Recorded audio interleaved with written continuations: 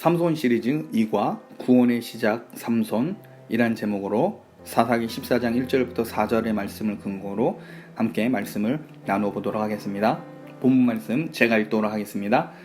소라 땅의 단지파에 가족 중에 마누아라 이름하는 자가 있더라. 그의 아내가 임신하지 못함으로 출산하지 못하더니 여호와의 사자가 그 여인에게 나타나서 그에게 이르시되 보라, 내가 본래 임신하지 못함으로 출산하지 못하였으나 이제 임신하여 아들을 낳으리니 그러므로 너는 삼가 포도주와 독주를 마시지 말며 어떠한 부정한 것도 먹지 말지니라. 보라, 내가 임신하여 아들을 낳으리니 그의 머리 위에 삭도를 대지 말라. 이 아이는 태에서 나옴으로부터 하나님께 바쳐진 나실인이 됨이라. 그가 블레셋 사람의 손에서 이스라엘을 구원하기 시작하리라 하시니. 아멘. 이스라엘의 부르짖음과 회개가 없음에도 하나님께서는 홀로 이스라엘을 그대로 두지 않으시고 구원의 역사를 시작하십니다. 먼저 하나님께서 여호와의 사자를 단지파에 속한 소라라고 하는 성읍으로 보내십니다. 이곳에는 마누아라는 사람이 있었는데 그의 아내는 불임 상태로서 아이를 낳지 못하고 있었습니다. 하나님의 사자는 마누아의 아내를 찾아가서 장차 아들을 낳을 것이니 이 아이를 평생의 나실인으로 바치라고 명령합니다. 그리고 이 아이가 장차 블레셋의 손에서 이스라엘을 구원하는 시작이 될 것이라고 예언하십니다. 삼손은 블레셋으로부터 이스라엘을 구원하는 시작이 되는 사람입니다. 삼손이 살아가서 한 일을 생각해보면 이 예언이 정확함을 알 수 있습니다. 당시 이스라엘은 블레셋과 이스라엘의 관계가 굉장히 우호적이지는 않더라도 어느 정도 공생하면서 살고 있었습니다. 이스라엘의 입장에서 블레셋은 과거 다른 나라들이 힘들게 하였던 것에 비하여 어렵지 않았고 이스라엘 스스로도 블레셋이 자기를 다스리는 것이 그리 나쁘지 않다고 여겼습니다. 이스라엘 사람들 입장에서 블레셋 사람들과 살면서 서로 결혼도 하고 왕래도 활발하게 일어나고 있었습니다. 심지어 이스라엘 사람들은 블레셋 사람들의 고급 문화를 접하면서 블레셋 사람처럼 되기도 하였습니다. 이러한 예를 사무엘상 14장을 통해도 알 수 있습니다. 사무엘상 14장 20절에서 22절을 보면 이렇게 되어 있습니다. 사울과 그와 함께한 모든 백성이 모여 전장에 가서 본즉 블레셋 사람이 각각 칼로 그 동물을 침으로 크게 혼란하였더라. 전에 블레셋 사람과 함께하던 히브리 사람이 사방에서 블레셋 사람과 함께 와서 진에 들어왔더니 그들이 돌이켜 사울과 요나단과 함께한 이스라엘 사람과 합하였고 에브라임 산지에 숨었던 이스라엘 모든 사람도 블레셋 사람의 도망함을 듣고 싸우려 나와서 그들을 추격하였더라. 자, 사울이 왕으로 있을 때 블레셋과 전쟁을 합니다. 사울은 블레셋과의 전쟁에서 거의 패배하기 직전까지 왔습니다. 이때 사울의 아들 요나단이 병기 든 자 둘이서 블레셋 적진으로 대담하게 올라옵니다. 당시 요나단은 하나님께 기도하는데 블레셋 진영에서 숨어있는 자기를 보고 한번 올라와 봐라 이런 식으로 조롱을 하면 하나님께서 승리를 주실 것이라고 믿고 자기는 공격하겠다고 말합니다. 자, 이때 블레셋 진영에서 이 요나단을 발견하고 한번 올라와 보라 라는 소리를 요나단이 듣게 됩니다.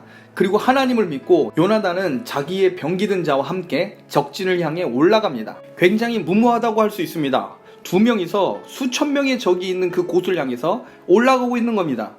자, 그러자 블레셋 사람들이 이 허무맹랑한 작전이 혹시 이스라엘이 자기들을 후방에서 치고자 하는 시그널가 아닐까 의심을 하게 됩니다. 블레셋 사람이 자기들과 함께하던 히브리 사람을 갑자기 의심하게 됩니다. 저 두 사람이 올라오는 것이 신호가 되어서 자기들이 모집한 용병 중에 히브리 사람, 즉 과거의 이스라엘 사람이 배반하고 자기를 칠 수 있다고 이 짧은 시간에 의심을 하게 되는 겁니다. 자, 이렇게 착각한 블레셋은 자기 진영에 함께한 이 히브리 사람과 싸우게 됩니다. 여기서 우리는 이스라엘 사람들 중에 블레셋 편에 서서 자기 민족 이스라엘과 싸우기 위해 전쟁에 참여한 자들이 있음을 알 수 있습니다. 이스라엘 사람, 곧 히브리 사람들이 블레셋화되어서 블레셋 사람과 지금 함께하고 있는 겁니다. 사사기 기간 동안에 이렇게 이탈한 이스라엘 사람들이 상당히 있었는데 이번 전쟁을 계기로 상당수의 블레셋 진영에 있던 히브리 사람이 다시 이스라엘로 돌아오게 됩니다. 자, 다시 삼손의 때로 돌아와서 보면 블레셋이 40년 동안 이스라엘을 다스리는 동안 많은 이스라엘 사람들이 블레셋의 매력에 빠져 있었음을 보게 됩니다. 전에도 제가 설교했지만 블레셋은 해양민족이고 철기 문화를 가진 문명국입니다. 반면 이스라엘은 사사기 시대에 들어 12지파가 서로 어색한 관계가 되었습니다. 이스라엘은 매년 실로에 모여서 하나님을 중심으로 함께 모임을 가져야 하는데 바쁘다는 핑계로 잘 모임이 일어나지 않는 겁니다. 그 결과 지파마다 자기 문제는 자기가 해결하는 추세가 됩니다. 사사가 나팔을 불어 여호와의 전쟁을 선포해도 그렇게 모이라고 해도 모이는 숫자가 과거 여호수아 시대 때보다 턱없이 부족하게 됩니다. 반면에 블레셋은 문화적으로 이스라엘보다 한참 앞서 있을 뿐만 아니라 정치적으로는 5개의 도시국가로 연합되어 있습니다. 블레셋은 그리스의 정치제도에 영향을 미쳤던 에게 문명의 전파자들입니다. 그러므로 가나안 지역의 나라보다 블레셋 사람들이 수준이 높아 보였고 이스라엘 사람 입장에선 굉장히 호감이 갔을 겁니다. 과거 다른 이방 민족은 이스라엘을 억압하고 뺏고 수탈했는데 블레셋은 굉장히 합리적이고 강하면서도 문화적으로 상당히 교양 있게 보였을 겁니다. 사무엘상에 보면 이스라엘 백성이 사무엘에게 열방과 같은 왕을 세워달라고 강력히 요구한 것을 보게 됩니다. 자, 왜 그랬을까요? 바로 블레셋처럼 왕을 중심으로 일사불란하게 전쟁을 하며 나라도 발전시키고 싶은 생각이 이스라엘 백성들 가운데 있었기 때문입니다. 그러나 이것이 바로 사단의 노림수입니다. 사단은 성도와 교회를 무력화시키는데 고단수임을 알아야 합니다. 사단은 예수님을 믿는 사람에게 이렇게 말합니다. 세상을 봐라. 하나님을 믿고 예수님을 믿는 너희들보다 세상이 더 뛰어나고 더 아름답지 않느냐? 얼마나 실용적이며 합리적이냐? 만약 사단의 속임수를 받아들인다면 믿음을 잃고 세상의 성공이라는 우상신을 따르게 될 겁니다. 바알은 수학의 신이라고 알려져 있습니다. 아세다롯은 다살의 여신입니다. 사단은 하나님의 백성 이스라엘에게 이렇게 말합니다. 블레셋을 봐라. 바알과 아세다롯을 섬기는 저 민족이 하나님을 믿는 너희보다 문화적으로 정치적으로 경제적으로 우수하지 않느냐? 여러분, 사단은 세상과 비교해서 하나님의 능력을 의심하게 하고 성도가 가진 믿음을 부끄럽게 만듭니다. 블레셋의 통치기간, 블레셋을 사모하는 이스라엘의 모습은 사무엘이 등장하기 전까지 계속 이어지게 됩니다. 그렇다면 블레셋을 이스라엘 내에서 완전히 몰아내고 더 이상 이스라엘이 블레셋을 부러워하지 않는 그 구원의 때가 언제일까요? 바로 다윗의 시대입니다. 다윗의 시대가 되어야 이스라엘은 블레셋을 더 이상 부러워하지 않게 됩니다. 블레셋이란 세상의 유혹을 떨쳐내는데 얼마나 긴 시간이 필요한지 여러분 아셔야 합니다. 세상에 보여지는 것들을 부러워하지 않고 신앙생활의 기쁨을 누리는 것은 생각보다 쉽지가 않습니다. 세상의 화려함과 세상이 주는 편안함과 쾌락을 완전히 몰아내기까지는 시간이 많이 걸립니다. 세상 문화를 사랑하였던 사람이 회개하고 하나님의 영광과 능력으로 회복되기까지 삼손부터 시작해서 사무엘 그리고 다윗까지 신앙의 긴 과정이 있어야 합니다. 여러분 각자 믿음에 있어서 어떤 수준에 속하고 있는지 알 수는 없지만 하나님은 자기 백성을 구원하는 데 있어서 더 이상 세상의 영이 장악하지 않도록 만드실 겁니다. 정리하면 삼손의 사명이 무엇일까요? 바로 이스라엘과 블레셋이 친하지 않게 싸우게 만드는 겁니다.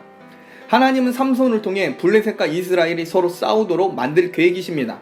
그리고 삼손은 하나님의 지혜와 계획을 따라 삼손도 모르게 하나님은 자신의 뜻을 이루시는 데 성공하십니다. 여러분, 하나님의 지혜와 능력을 과소평가하면 안 됩니다. 하나님은 모든 것을 사용하시고 활용하셔서 결국 자기 뜻을 이루십니다.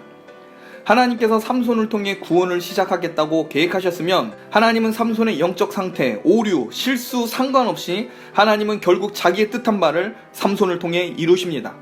삼손은 자기가 하나님의 뜻을 이루고 있는지도 모르고 블레셋 사람들을 죽이고 블레셋의 밭을 방화하고 블레셋 신전을 무너뜨립니다.